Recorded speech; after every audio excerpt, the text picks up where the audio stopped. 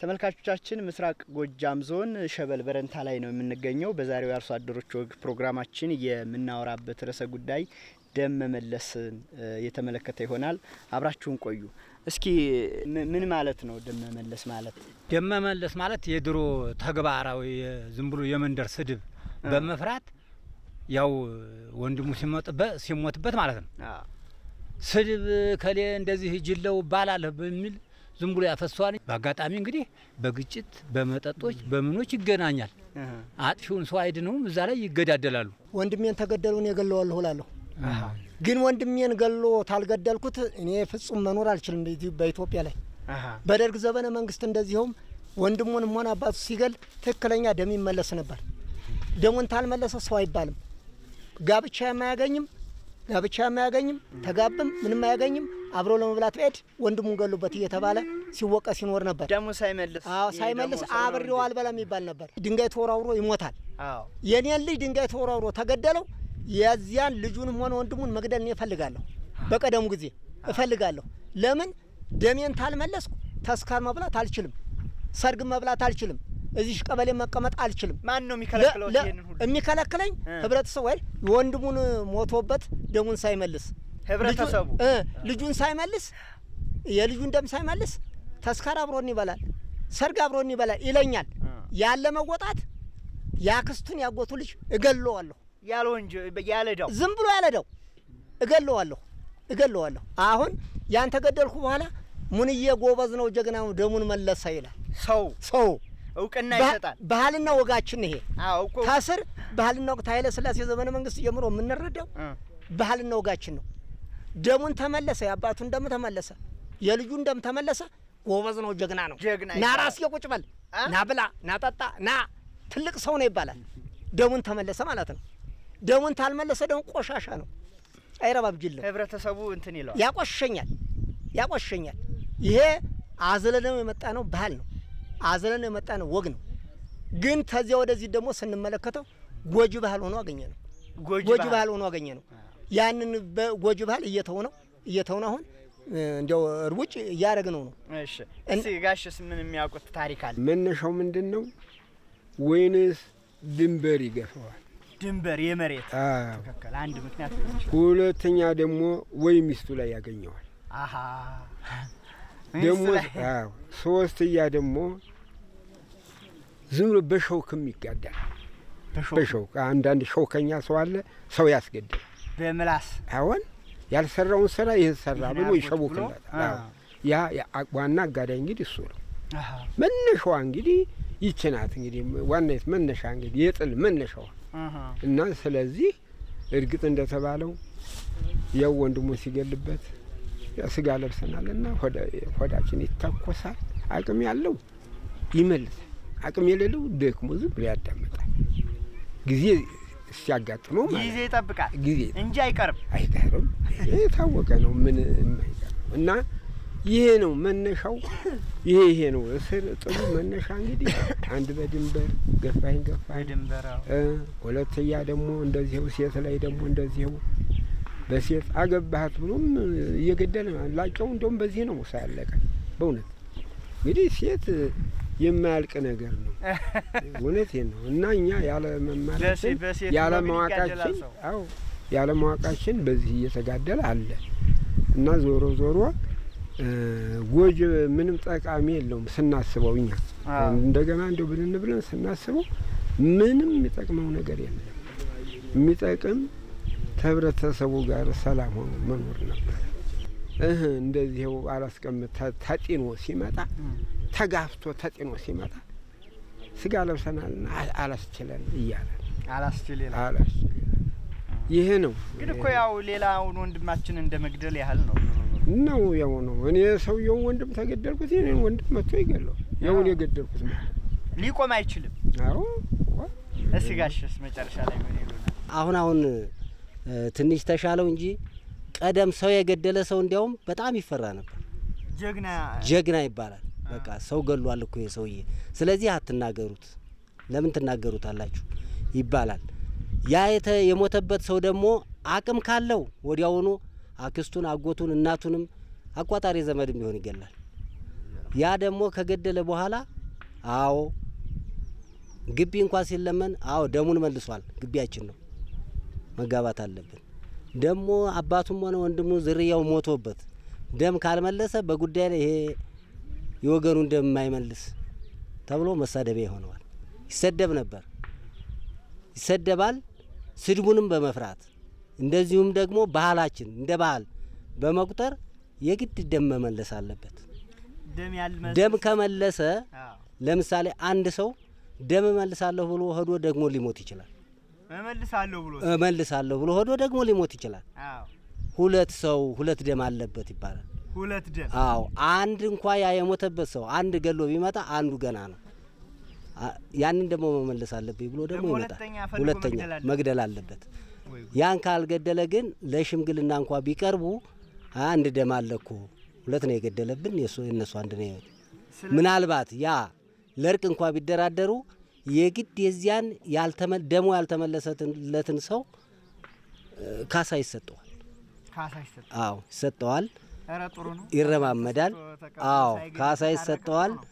ይረማመዳል። ጠመንጃ ተጋድሞ ባህላችን ነው ይረማመዳል። ይሄ ቢያልፍ ያይለፈኝ ተንግሪ ክፉ አላስበውም ይበባላል። ከዚያ በኋላ የሀገር ሽማግሌም ሆነ ምን እንግዲህ በግቢ እናድሰው ደማችንን ተብሎም መጋባትም ይደረሳል። ደም የተጋቡ ሰዎች ከታረቁ በኋላ ሊጋቡም ይችላሉ። ስለዚህ ሙሉ እንዲያፈርሰው በቃ ይህ አይነት ባህል አለን እና ባህላችን የኛ አካባቢ ባህል የግድ ሰውየው ከሞተበት የግድ ደም መመለሳል። ደም ካልመለሰ ግን መሳደቢያ ነው የሚሆነው። ለዚህ ነው ልጅ ስም ስታወጡ ደመላሽ ትሎታላችሁ። ደመላሽ እንለዋለን።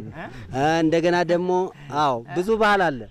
እንደገና ደግሞ አሁን ለምሳሌ አንድ ወንድም ሴት እህት አለችው ወንዶች አሉ ወንድሞች የሚባል አንድ ባህል አለ። እንደውም ደም እኮ የሚመልስ የእህት ልጅ ነው ይላል። ለምን ወንድሜ እንዲሆኑ ትለዋለች ልጇን እናቱ ወንድሜ እንዲሆኑ እኮ ቀረ ስትለው ይቆጫል ይሄድና ይገላል።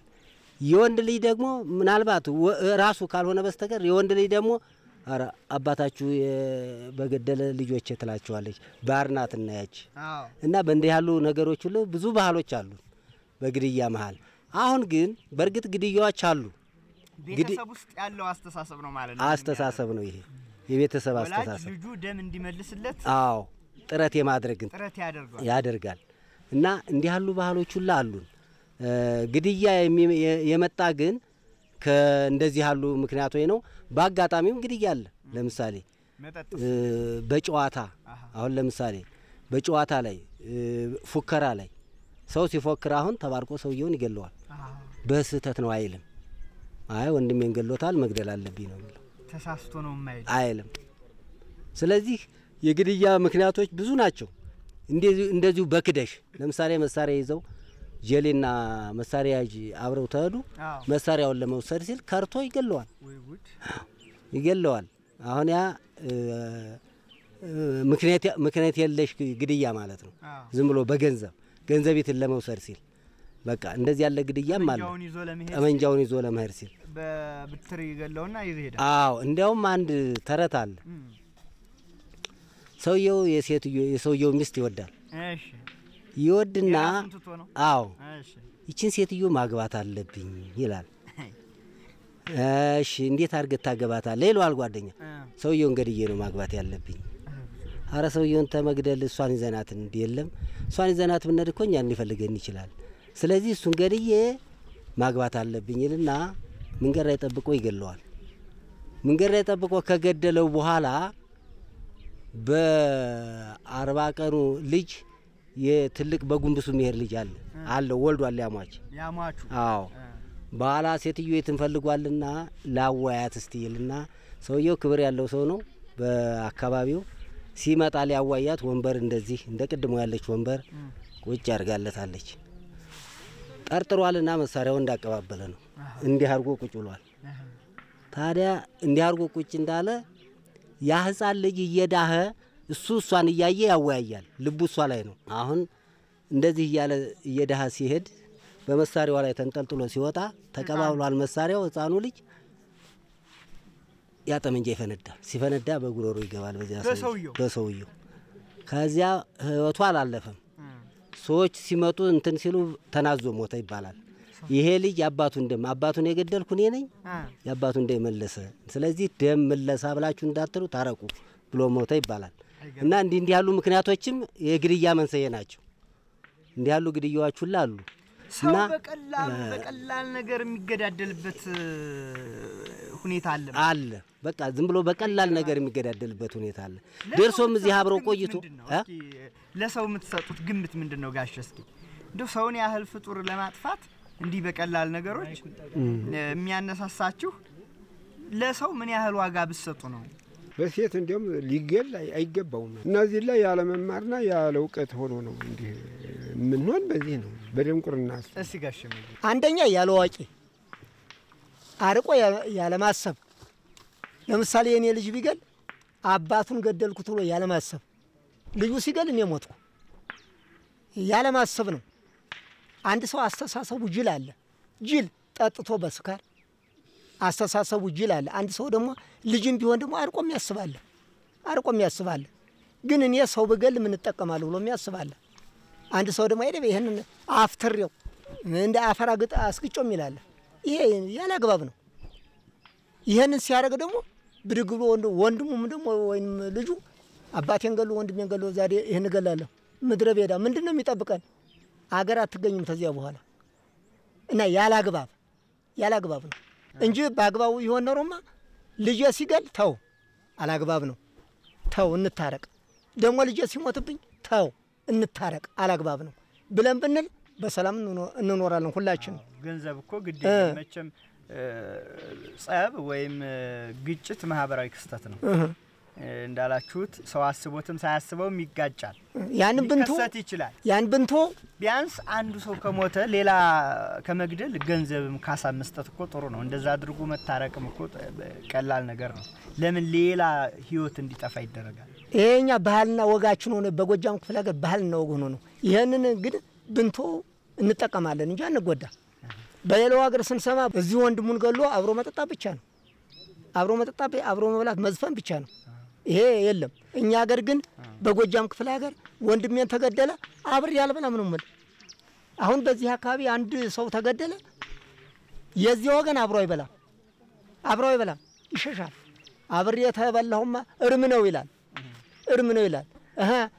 ደሙን ተመለስኩ አብረን እንበላለን እርም አይደለም ይላል ይሄ ምንድነው ያለ አግባብ ነው ያለ መማር ያለ ማወቃችን እና የኛ ባህልና ወጋችን ይሄ ነው ባህልና ወጋችን ደም መልሰው ያውቃሉ የለም አልመለስኩም እንዴ አልሞተብኝማ አላጋጠመኝም ስለዚህ ቅድም እኮ ጀመርኩልህ አሁን የሰው ፍጥረት ማለት ነው የሰው ፍጥረት እንደዚህ እንደመልካችን ስለዚህ ነፍስ የሚገሎችም የተቆጠሩ የተዘረዘሩ ሰዎች ናቸው ስለዚህ እነዛ ጋንን ይወሳወሳቸዋል ሰው የሚያጠፉ ማለት ነው እንጂ ትክክለኛ የሰው ህንጣ ለማፍረስ ሰው አይመኝም በትክክለኛው የሰው ልጅ አስተሳሰብ ማለት አስተሳሰብ እንዴት አድርጎ ሰው ገድሎ ሰው እጠቀማለሁ የሚል ሐሳብ አለ እንዴ ስለዚህ እነዛ ሰዎች ስራ ጠል ሊሆኑ ልማት የማያለሙ በዛ ጥቅም የለመዱ የሰው ሴት የሚያሟልጉ እነዛ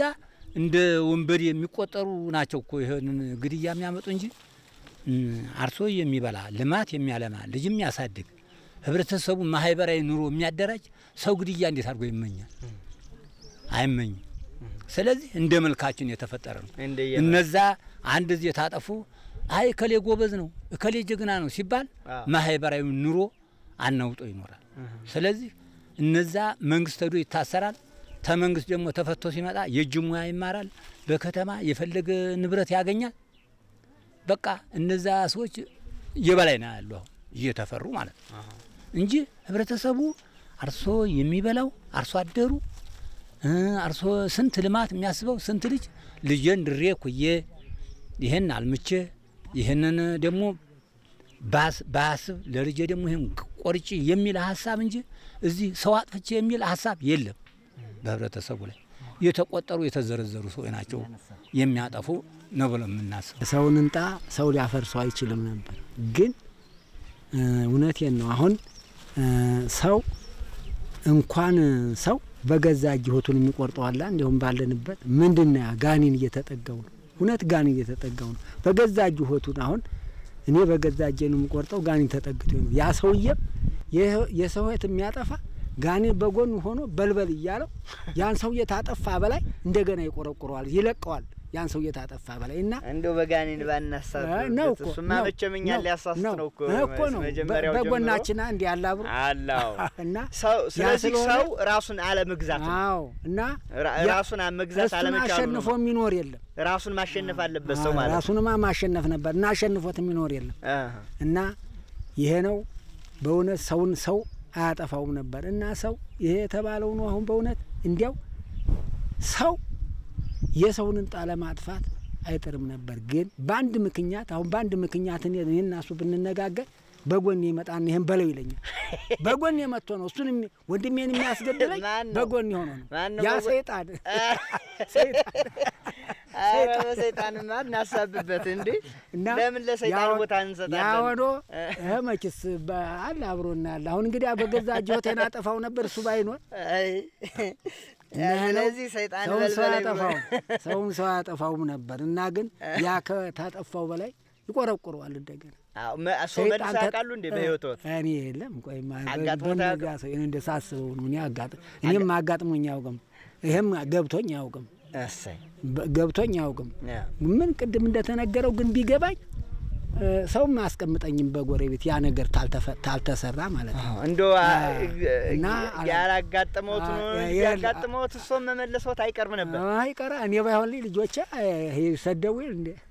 እና ይሄ ነው አሁን ይቺ አሁን ይሄ ሞት እኔ ወንድሙን የሚገለው ወንድሙ የሚገለው ያ እየተጠጋው ተገደለው በላይ አይጉድ እናንተ የዘይጣን ተጠግቶኝ ባልገለው ኖሮ ይላል ይጸጸታል ይቆረቆራል አስቡ አይደል የሚገለው አቀባብሉ አይደል እንደ መሳሪያ ይዞ የሚሄደው ወትሮ ሲያበልበል እያለው ወንድሙ ይገለዋል። ሰይጣን መጀመሪያ ጥይሳ አቀባብል ይለዋል ነው የሚለኝ እኮ ከዛ አድፍት ይለዋል አባቱን መቼም ዝም ብሎ ባንዴ ስለማይገደል ልጁን አባቱ ይገላል። ልጅ እናቱን ይገላል። ያ ምን ሆኖ ነው እንግዲህ ባላጋር ሆኖ ነው ያ ወንድ እኮ ተጠግቶ አረ እንደው ራስን አለመግዛት ይሆናል እንጂ በሰይጣን እንደው እንዳይሆነ ያማ ሁሉም ለምን አይሳሳት? አይ በሁሉ ላይ አይመጣማ ሰይጣን ነው። አሁን አንድ ቀን በግባ ሀገራችን ይወረደው በሁሉ ወረደ እንዴ? ባንድ ነው እኮ የሚያልፍ ማቱ ባንድ ነው የሚያልፍ ያማ ባንዱ ነው የሚያልፍ ሁሉንም አይፈጅም ሁሉንም አይዝም። ገድሎ ሲያበቃ እንደው ሰይጣን እኮ አበልበል ብሎኝ እኮ ነው እንደው ያማ እንደው ወዲያው ነው ያ ሰውዬ ሲወርቅ ወዲያው ነው የሚለቀው። ያ ሰውዬ መጥቶት ሲወርቅ ወዲያው ነው ይቆረቁረዋል ወዲያው ነው እንደው ስለዚህ የሰው ልጅ ከደቂቃ በኋላ ለሚቆጭበት ነገር ነው ማለት ነው የሚፈጽም ነበር። እሱማ ነው እንደው ደም ከመመለስ ምን ይገኛል? ደም ከመመለስ ጥቅም አይገኝም። እሺ የኔን ወንድሜን አሁን ሰው ገሎታል። የርሶን ትክክለኛ ሰው ገሎታል። እሺ አሁን ግን ወንድሜን ደም ሳልመልስ ተሞትኩ ምድሩ አይቀበለኝ ይተፋኛል እያልኩ አስባለሁ። አሁን በእድሜ አሁን ራሴ ተመልጦ ሸምግያለሁ። አሁን ማስብ ምንድነው የወንድሜን ደም ታልመለስኩ ስሞት አፈሩ አክሎ ይተፋኛል ብዬ እገምታለሁ።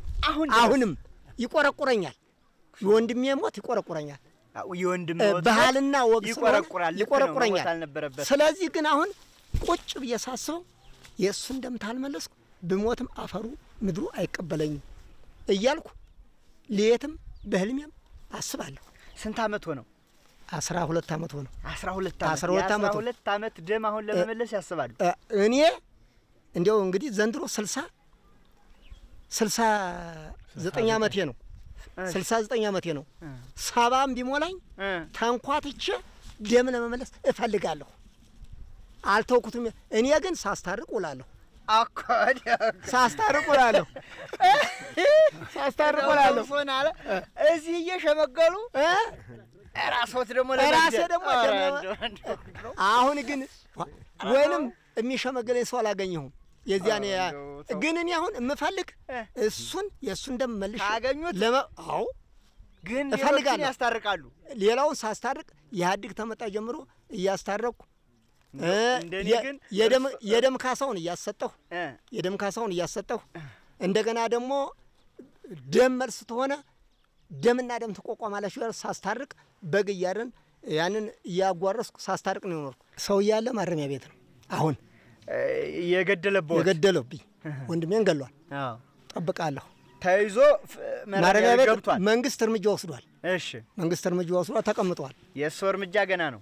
የኔ እርምጃ ገና ነው። እጠብቃለሁ ገና። አይበቃውም እንዴ? አስተሳሰባችን ባህልና ወጋችን ይሄ ነው። አረ እንደው እንዲህ አይነት እሺ አሁን እኔ እየጠበቅኩ ነው። ግን መጥቶ እኔ አንድ ቀን እርምጃ ተወሰድኩ ሲሆን እኔ መንግስት በጉሮሮዬ በተቀረ አንድ አብዬ እንደ ሲጃራ ጠጣለሁ ብዬ እላለሁ። ባህልና ወጋችን ይሄ ነው። ባህልና ወጋ እኔ ተንግዲህ አሁን ይሄን አስባለሁ።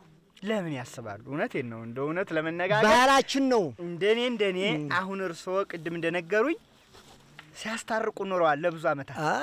የሀገር ሽማግሌ ነዎት ነኝ። ግን መሆን አይችሉም። እንደኔ ግን መሆን አይችሉም። ምክንያቱም እርስዎ ሽማግሌ ሲሆኑ አርአያ መሆን አለበት።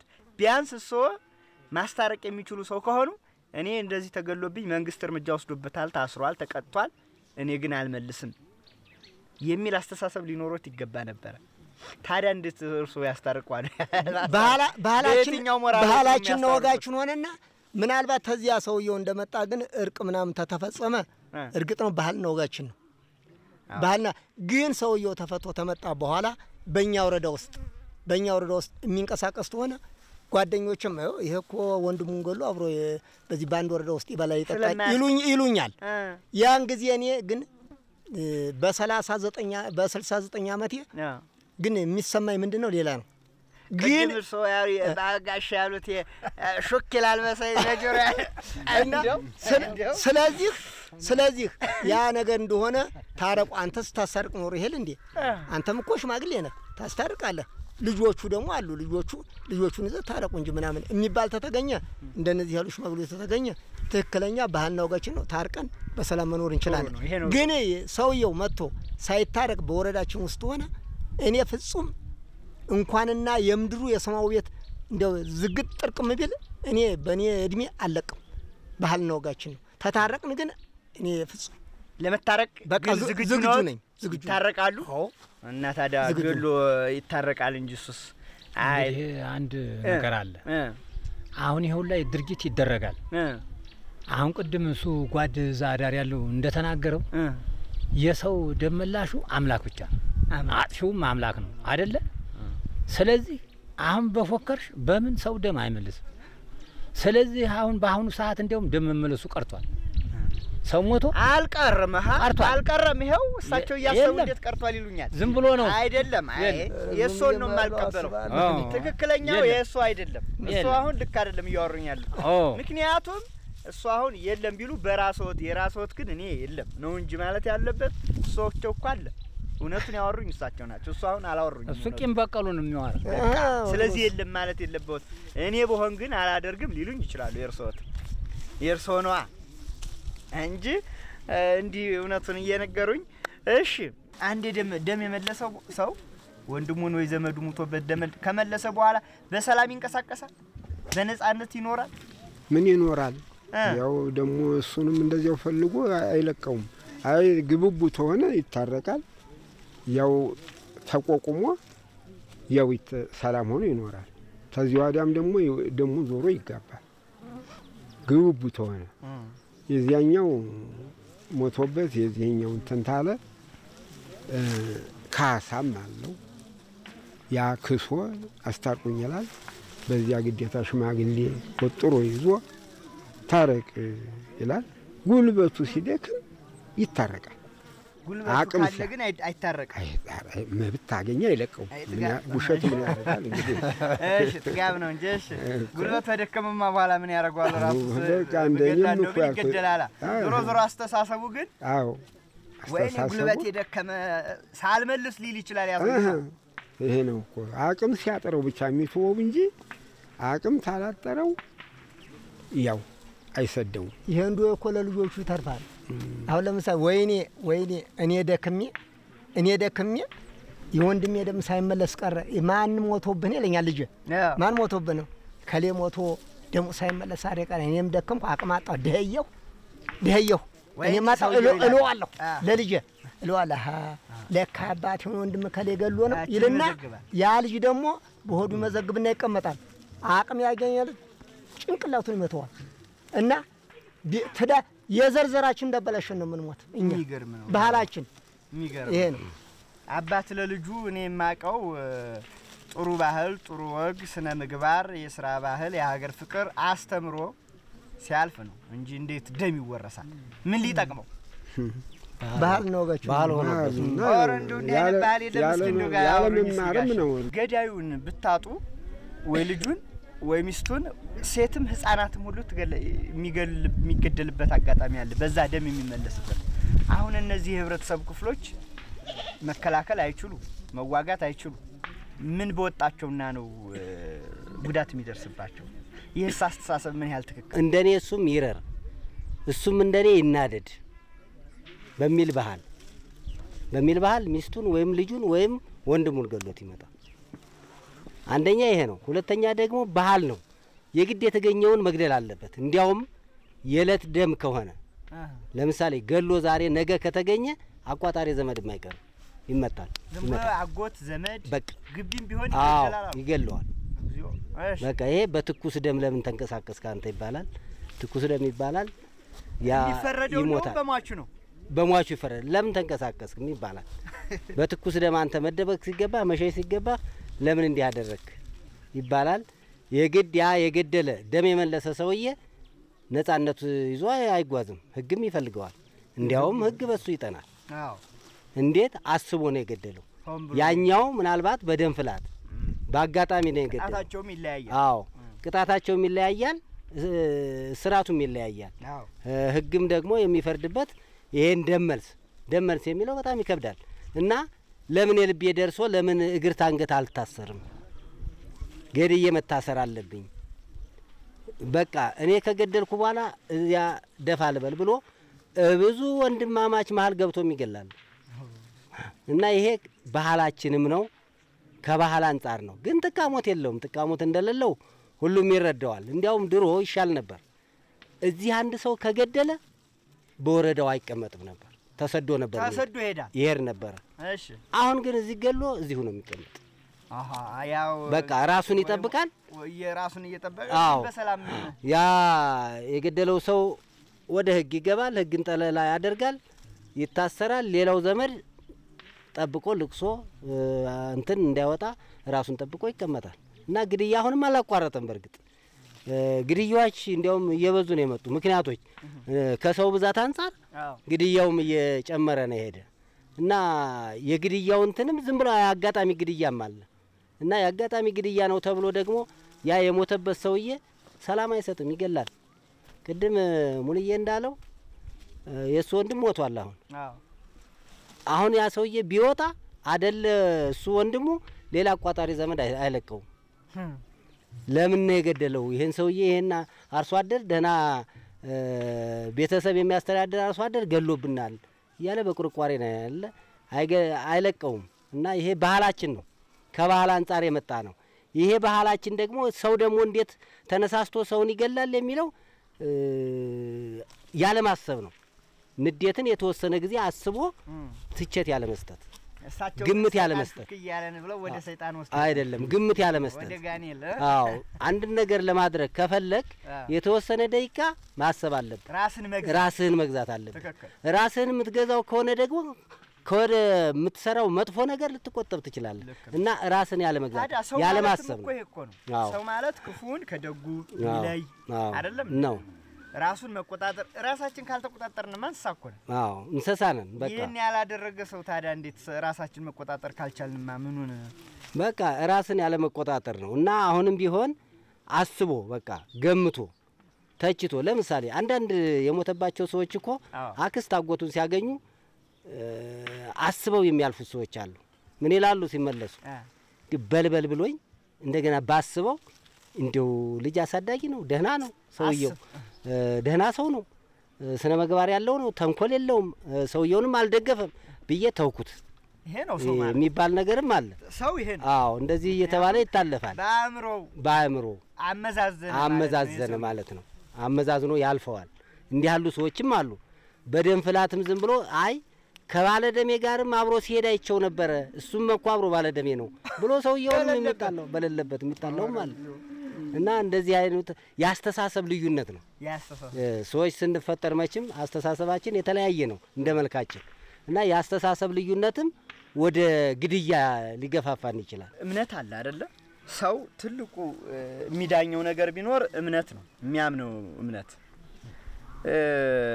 እኔ እስከማውቀው ድረስ ደግሞ እዚህ ጎጃም አካባቢ በጣም አማኝ ማህበረሰብ ነው ያለው ከእምነት ጋር አይጋጭም ሰው መግደል ግደል ይላል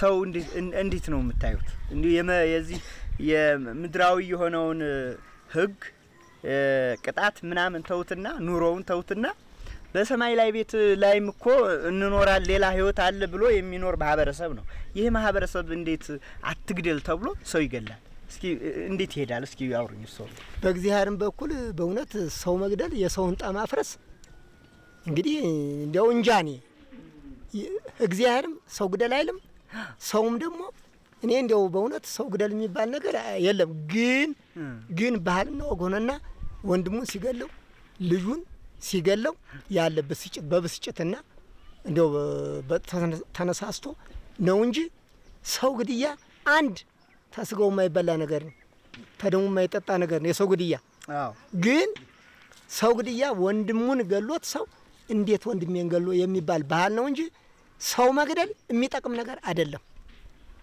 ለምሳሌ እኔ ወንድም ሞቷል ያን ሰው ይበገለው ወንድሜን አያገኙት በምድርም ሳይመቸው በሰማይም እኔን እግዚአብሔር ወይንም ደግሞ የምድርም የሰማይም አህያ ሆኜ ነው ምኖረው ግን ላገኘው አልችልም ነገር ግን ላለ ለወንድም ለዘመድም እሱ እኮ ወንድሙ እንደመለሰ የሚባል ባህል አለ ከራስዎት ምድራዊና ሰማያዊ ህይወት የሰው ሐሜት ይሄ ሰነፍ አለመመለሱ የሚለው ይበልጣል የትኛው ነው የእግዚአብሔር መግቢያ ነው የሚበልጥ ታዲያ ከሆነ የሚበልጣው ግን እኛ በአስተሳሰባችን አንድ ያልተማረ ጭንቅላት ነው ይዘን ሁለተኛ ባህልና ወጋችን ነው ባህልና ወጋችን እንግዲህ ዛሬ እናንተ መከራችሁን ተመክረን የምንተው ነገር አይደለም እሺ ለወደፊት ግን ምናልባት ወይንም ይሄን ነገር ምንተውበት ነገር መንግስት ሊያመቻች ይችላል እንጂ ባህልና ወጋችን ስለሆነ እና እናንተ ዛሬ መጣችሁ ብትሉን እኛ ለምሳሌ እኔ አሁን ቅድም ተናግሬዋለሁ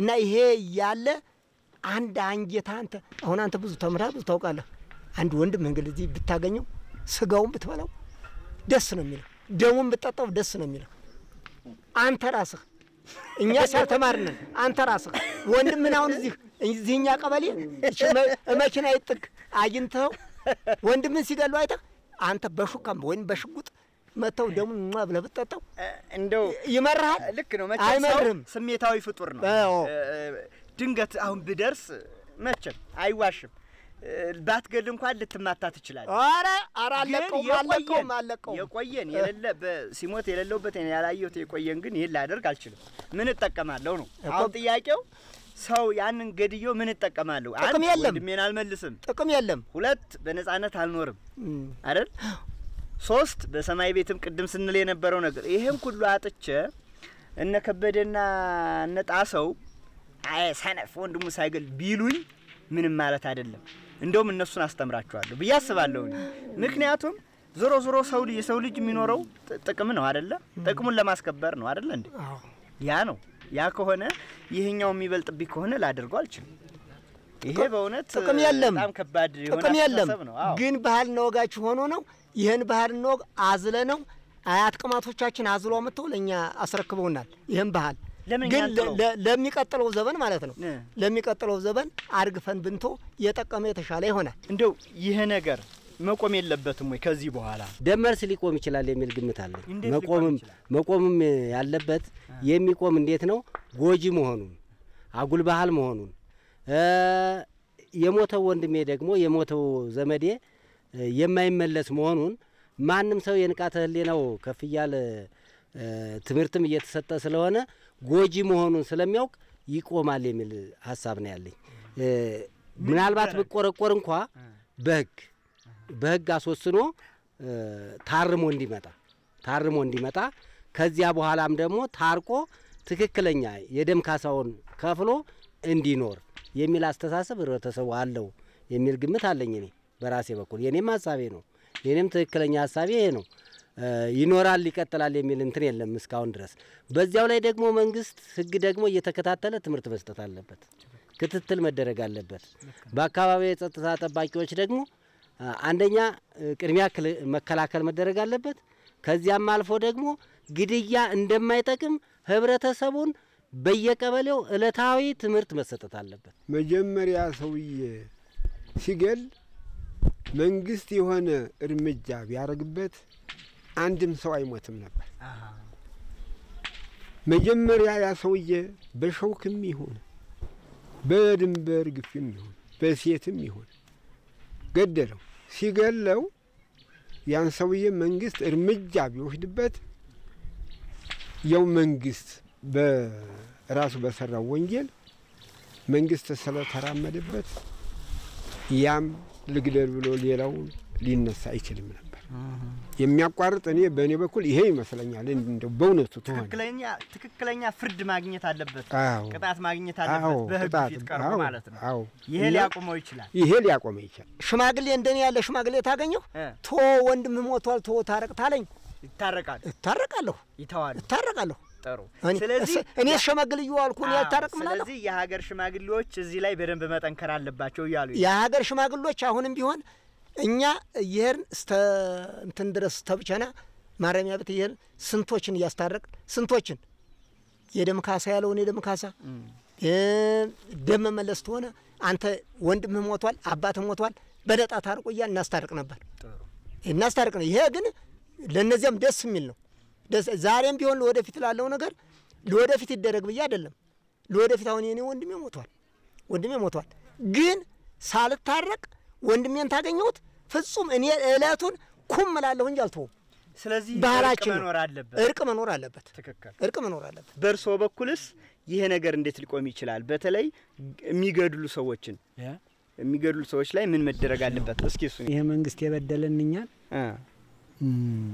ዛሬ እኔ ሲቸግረኝ አመበላው ታጣ እቤት ምናምን ስል ወይ ልግደልና አንዱን ገድዬ ልግባ ይላል መንግስት። ይቀልበኝ ነው እዚያ ሙሽራን የሚያስመስለው መንግስት። ማረሚያ ቤት ሙሽራ እንደውም ከዚህ ኑሮ ያኛ ይበልጠኛ በዚያ ገብቶ ተሞሽሮ ጥሩ ሆኖ ወጣል። ግን ይሄ የሆነ ሰው መግደል ይቆማል እንዴ? መንግስት ያንን አንተ እንደዚህ አርጎ ተተመሰከረ በላይ አንድ እርምጃ ቢወስድበት ቅድም እንደተናገሩት አንድ ሰው አይሞትም ነበር። በነጣ ሺህ አላፋ ገንዘብ ይዞ ቢሄድ ማንም ይነካ የለም ነበር፣ ይናገርብኛል። ስለዚህ ህጋዊ እርምጃው መጠንከር አለበት። አዎ መጠንከር አለበት ነው አበባ። ገሎ የሚገባ በተለይ በእንዲህ አይነት ጉዳይ የሚገባ ላይ ጠንከር ያለ እርምጃ ቢወሰድ ይቆማል ይያሉ ነው። ይቆማል፣ በደንብ አርጎ ነው እንደሚቆም።